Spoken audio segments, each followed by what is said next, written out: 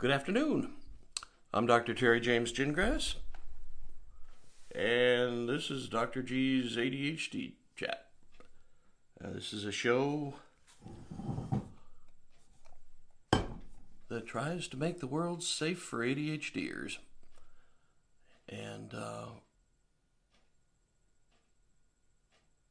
we are, I have no idea what that means, but all right, somebody's, bring them on camera. Okay. Anyway, I am a clinical psychologist, well, actually, a neuropsychologist, but kind of the same thing, only a little more school. And I'm in private practice. Been doing this stuff for almost 40 years now. Yeah. And have seen tons, literally tens of thousands of patients, and at least 50-60% of those are ADHD, either children, adults, parents, the whole shooting match. And when I started out, we didn't know very much. Oh, I'm also the parent of an ADHD child. I have he's an adult now, and obviously he's a son, and he he unfortunately bore the brunt of our ignorance about ADHD, because back in the day we didn't know much about ADHD. Even those of us in the profession didn't know that much about it. Matter of fact, I made it through graduate school without ever once hearing about taking a course in having any exposure to ADHD at all. And even after it became obvious to me that there was something going on with this young man that I needed to have checked out, it was very hard to find anybody who knew how to do an evaluation on him. And I had a couple of acquaintances, I won't call them friends, we weren't that close, but they both had postdocs from Tony Ivy League schools, graduate programs, and they weren't helpful. So fortunately, one of the nice things about being a psychologist is give me a week and I can become an expert in whatever topic, at least if it's in the psychology area.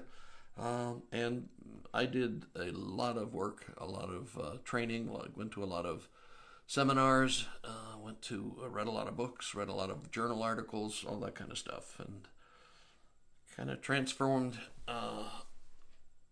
the way I handled ADHD, but it also transformed my practice, and I'm kind of, in my area, I do an awful lot of the ADHD evaluations. And I don't, I'm not saying that particularly to brag, but it's like there are some things about ADHD that just drive people nuts. And I live in an area where we have a lot of military people. And military people aren't used to having anybody question their authority, especially a little kid. And with an ADHDer, you cannot tell them that isn't supposed to happen. So I think punishment is too often what is used to deal with an ADHD child. Because frankly, they don't look any different from anybody else. And they just do a lot of stuff that in some contexts would be considered behavior problems. But it's not a behavior problem. It's a neurologic condition. Okay? And you have to keep remembering that. You have to keep reminding yourself of that. Because, they're just kids on the one hand. On the other hand, their brain doesn't quite work the way everybody else's does. And that gets them into trouble in school. That gets them into trouble on the playground. That gets them into trouble playing on sports teams. A whole bunch of stuff. And in general, the parents around them and the systems, more importantly, probably the systems around them, the way school is set up is not designed for an ADHD child. The way most sports teams are set up, is not designed for an ADHD child. A whole bunch of parts of our society that we kind of take for granted aren't set up for an ADHD child. And I sometimes I sometimes worry about ADHD kids because it's a real struggle to get them through. Once they get through school, then they're kind of on their own, and then it's not like you're going to train them and they're going to all go to Harvard or something like that. And I'm not even sure that would be a good thing. But if you train them so that they are resilient, so that they have some faith in themselves, things will probably work out. Okay? They are not going to do cubicle sitting. They are not going to take jobs where they sit in the cubicle taking orders all day long. That is not going to happen. But about 70 or 80% of all entrepreneurs have ADHD. Russell Barkley says that. And he's, if you're not familiar with the name, he's a very well-known researcher on ADHD. He comes from a family that has a lot of ADHD in it. Anyway, so ADHD people aren't really that good in systems that just reward compliance. Just pay attention, do what you're told, don't create any waves, you'll do just fine. That doesn't work for ADHDers. Their brains aren't really set up for that kind of stuff. And that leaves you, when you're a parent, with this issue that you're going to constantly have. And the big question is, can he or she control that? Or am I asking them to do something that's not possible for them?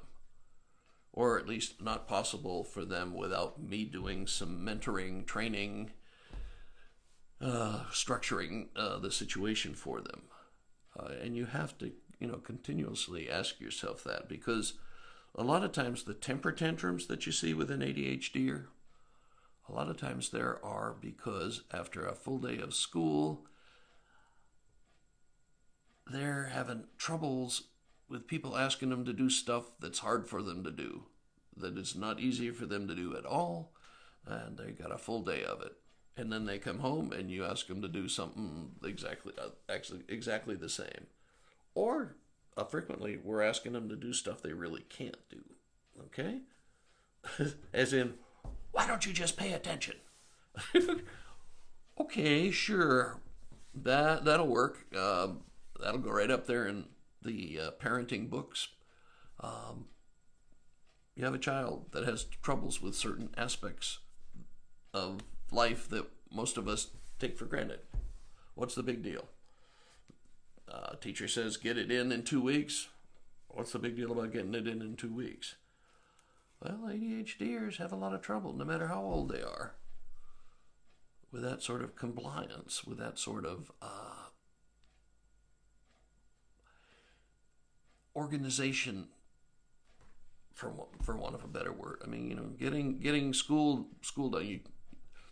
Let's face it. Okay, I've got a PhD. Okay, and a couple of postdocs. No big deal. The thing most people don't realize is that getting an advanced degree, or a law degree, or any of the others, has nothing to do with being brilliant. Okay, it's about that you put your nose to the grindstone and shoulder to the wheel and just kept plugging along till you got done. And that's all there is to it, okay? And your ADHDer just has more trouble doing that sort of thing. And so when you're asking them to pay attention to, why don't you get more organized? Well, fine. Show them how to be more organized.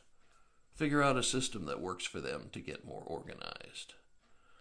You want them to pay attention? Well, what do you want them to pay attention to? And for how long? And what can you use to help them do that? Do they need a distraction-free environment? Or do they need to have soft music in the background? Or what? Or does the light need to be just right? Or is there too much junk in the room? Too much stuff that distracts? All those kind of things you have to be looking at when you're asking them to do stuff and they're not, either they're not doing it, or they're having a temper tantrum meltdown, or they're just not getting it done and kind of drifting off somewhere. You want to make sure that you've set it up so they actually can do what you're asking. And you've got to understand that a lot of the things, maybe, if you're the parent that doesn't have ADHD, that you take for granted, or if you are the one that's got ADHD and you've just sort of forgotten, well, wow, we're getting a lot of people online today. Thank you for watching. At the end, please make comments, ask questions, give me some ideas for new topics. Anyway, when you have an ADHD child, they have troubles doing basic things that you might take for granted if you've either forgotten how tough it was, or you're not the ADHD parent and it never was tough for you, so you don't exactly understand it. I will tell you that attention is like, we talk about attention like it's so what, kind of thing. But your brain doesn't get any information sent to it that doesn't go through attention. Okay? You want to have memory? It's got to get through attention. Okay? You want to do mathematical calculations? It's got to get through attention. Anything you do with information in your brain has to go through attention. And if you don't have good control over your attention, you're going to have troubles with all of those things. Things are going to be a little harder. Things are going to be a little more uncomfortable. You're going to need more repetitions of the same stuff. And ADHDers also got another thing going against them, is their working memory is typically not very good. Okay, working memory is it's the type of memory that you're not planning on necessarily remembering the stuff forever. You're just trying to keep it in mind until you get the job done. It's like the one where you tell him to go up to your room, pick up your socks, put away your books, and hang up your clothes. And a half hour later you go up there and he's picked up his socks and he's playing video games and doesn't understand exactly why you're so upset. Okay, that's working memory. And working memory is well known to be a real weakness for ADHDers. It also makes learning harder, because part of the way we learn is we hold this new information in working memory, and then we kind of go through the archives, the old memories that we have, and we try to find something that's consistent with what we've just learned and put it together. Well, if you've got working memory problems, which means you've got ADHD, that it'll be gone before you find it in the archives. So you're going to have more troubles that way. They're going to take them longer to learn stuff. And that's not killer. You can adapt and adjust to it. But it's just make sure that your first step, the first thing that falls to your hand, is not punishment. Okay? Because, well, punishment eventually becomes resented. And then you've got a whole pile of new problems. You get a teenager that you haven't done your best work with, shall we say, and he or she is resentful and feels like you've always been on them and never understood them and all those sorts of things.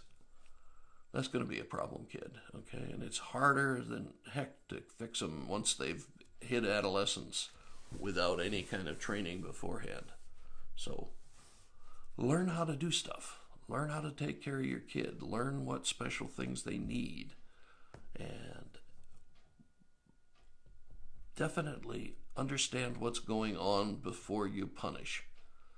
Never have punish be a reflex where you just do it and don't even think about why or how you're doing it or what the implications are going to be. You have to think it through.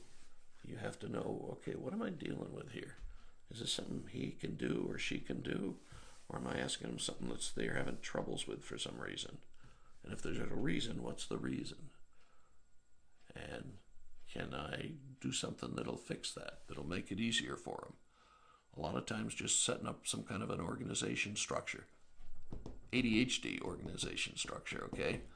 Not a nice obsessive compulsive linear logical kind of approach to organization, but something that worked for them.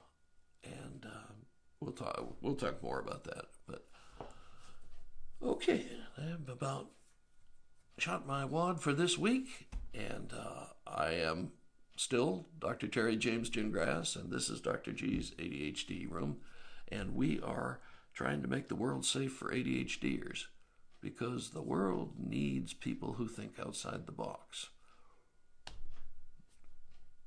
They're the ones who make the big changes. They're the ones who basically change the world. So your kiddo might be one that's going to do that. That's going to solve, pollution, say. Anyway, but we need that kind of thinking in the world, and whether they like it or not, ADHDers are outside the box thinkers. Okay, like I said before, write questions, comments, suggestions for new topics, and I have a website. It's terrygingrassphd.com. Feel free to hit that and see some of the articles and things. And we've got some stuff coming up too. We are getting ready to do some interesting things that I think will be real helpful to a lot of you. Okay, so we will catch you next week, same time. And thanks for watching. And Deanne and Maggie and Spring, thank you. We'll catch you next time.